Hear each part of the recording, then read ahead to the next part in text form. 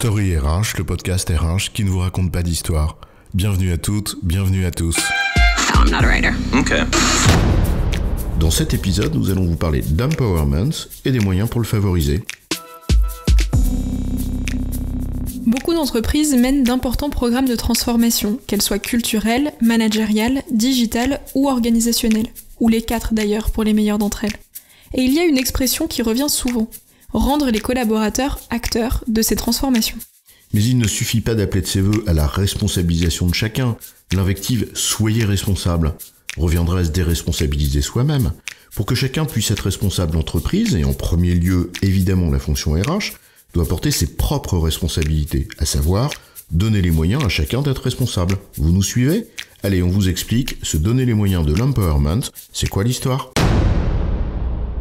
Vous le savez, toutes les entreprises doivent répondre à une double nécessité, allier productivité et adaptabilité à un environnement qui change constamment. Or, les modèles organisationnels dominants, tels qu'on les connaît, sont limités quand il s'agit de combiner simultanément ces deux exigences.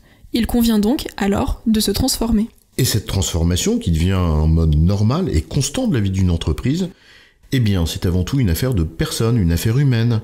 C'est bien aux personnes d'adapter leurs actions à la réalité du terrain en prenant des initiatives, des décisions, ou voire des risques. Les modèles, en effet, ça ne s'adapte pas tout seul, ils ne s'adaptent pas d'eux-mêmes. Et c'est bien là l'enjeu de l'empowerment. L'empowerment, c'est une démarche grâce à laquelle un individu ou un collectif obtient le pouvoir d'agir. C'est-à-dire une zone d'autonomie dans laquelle il est responsable des actions qu'il mène. Notre ami Patrick Bouvard nous rappelle d'ailleurs que l'empowerment repose sur un triptyque. Confiance, autonomie, responsabilité. Et dans ce podcast, c'est justement sur la notion de responsabilité qu'on voudrait s'arrêter. De grands pouvoirs impliquent de grandes responsabilités, nous dit l'oncle de Spider-Man. Ou Roosevelt, on vous laisse choisir vos références. En effet, faire le choix de l'empowerment pour ces équipes, dans le cadre d'une transformation qui viserait à leur donner plus d'autonomie afin d'être en mesure d'adapter les modèles et les processus à la réalité du terrain, eh bien c'est une démarche plus que louable, c'est nécessaire. En effet, faire le choix de l'empowerment pour ces équipes dans le cadre d'une transformation qui viserait à leur donner plus d'autonomie afin d'être en mesure d'adapter les modèles et les processus à la réalité du terrain, eh bien c'est une démarche qui est plus que louable, c'est une démarche nécessaire. Mais elle ne doit pas devenir l'arbre qui cache la forêt. L'empowerment de chacun ne doit pas venir masquer la responsabilité de tous, à commencer par celle des dirigeants, à savoir la responsabilité de créer les conditions permettant à chaque collaborateur d'entreprendre, notamment en donnant les moyens à chacun et chacune d'agir, de prendre des initiatives, en un mot, d'entreprendre. Donner les moyens à celles et ceux dont on attend un résultat peut effectivement sonner comme une évidence. Le meilleur boulanger du monde ne peut pas faire du bon pain en claquant des doigts, il lui faudra évidemment des ustensiles, des matières premières, un espace de travail, mais aussi le temps nécessaire au repos de la pâte et à la cuisson. Donner les moyens et respecter le temps nécessaire à la réalisation des activités est donc essentiel si l'on veut que quelqu'un réussisse la mission qui lui est confiée. C'est la première étape, mais ça ne suffit pas. Bah oui, en effet, parce qu'il faut savoir aussi les utiliser, avoir les compétences requises pour mener à bien la mission confiée. Eh bien, c'est nécessaire pour tout type de métier, qu'il soit question ou pas d'empowerment. Oui, tu as raison. En revanche, exercer son métier avec davantage d'autonomie peut nécessiter de développer des compétences spécifiques.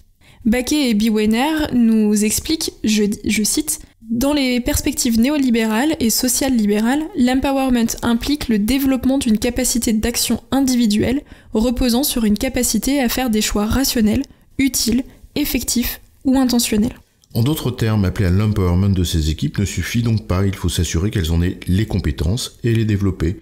Et pour ça, on a l'embarrage du choix, de la formation, de la culturation, du compagnonnage, des webinars, du partage entre pairs, du co-développement, du coaching et j'en passe. Une mise en garde s'impose en revanche.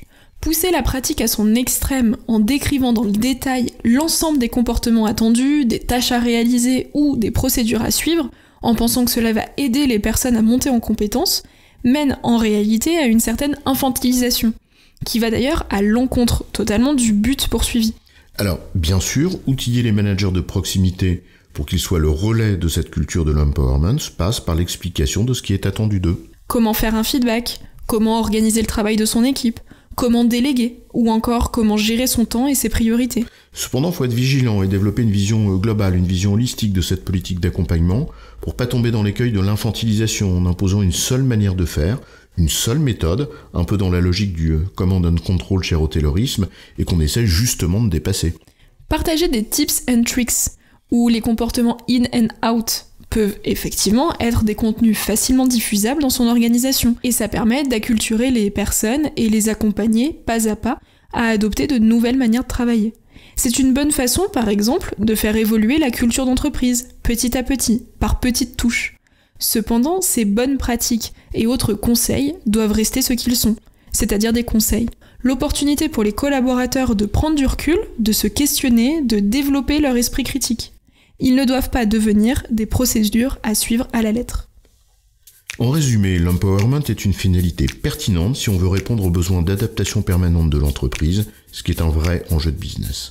Accompagner ce changement repose sur un juste équilibre entre la responsabilisation des équipes à trouver, pour elles-mêmes, leurs propres solutions, et la responsabilité, d'autre part, de l'entreprise, de leur donner les moyens de se faire. Il s'agit moins là d'une question d'outils et de méthode que de culture. J'ai bon, chef ? Oui, tu as bon, mais on va pas en faire toute une histoire.